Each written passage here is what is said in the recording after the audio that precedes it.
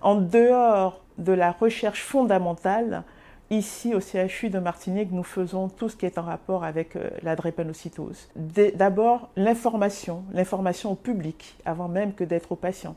L'information aux couples à risque peut-être d'avoir un enfant malade. La formation des parents dès la naissance. Nous avons la chance, nous, pour la drépanocytose ici, d'avoir un dépistage dès la naissance de l'enfant. Et ce dépistage précoce permet une prise en charge très précoce dès l'âge de 2 mois du bébé. Et les parents sont vraiment formés à cette prise en charge qui continue tout au long du parcours. Et très tôt dans la vie du patient, on peut avoir des prises en charge vraiment très spécifiques comme l'écho-doppler transcrânien qui permet de détecter des vitesses accélérées au niveau des vaisseaux cérébraux. Et l'on sait que chez un patient drépanocytaire, un enfant, cette vitesse est accélérée, ce qui traduit une réduction de la lumière. Dans les 2 ans qui suivent, les risques sont très importants de faire un AVC. Et donc, tous les enfants sont dépistés assez tôt.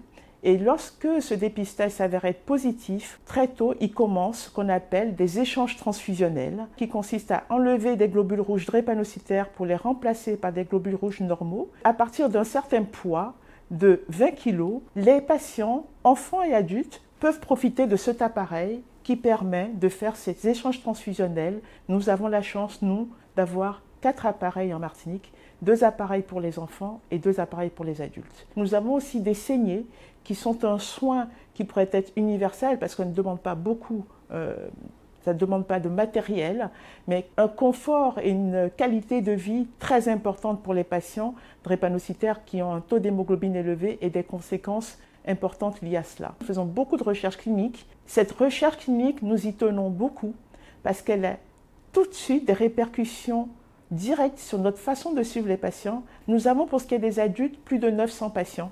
Nous avons quelque chose de particulier en Martinique que l'Hexagone peut nous envier, même si ça ne résout pas tout, qu'il n'y a pas de distension entre les donneurs de sang et les patients drépanocytaires qui en reçoivent.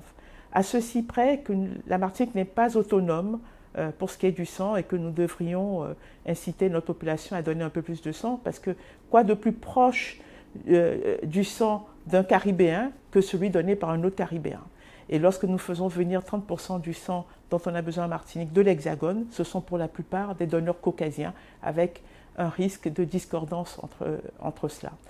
Et puis, avec la Guadeloupe et la Guyane, nous avons des réunions mensuelles, voire plus, lorsque les besoins le nécessitent, parce que les patients aussi voyagent de plus en plus. Ils vont facilement passer 2 semaines de vacances aux États-Unis, en Guadeloupe ou dans l'Hexagone ou en Europe.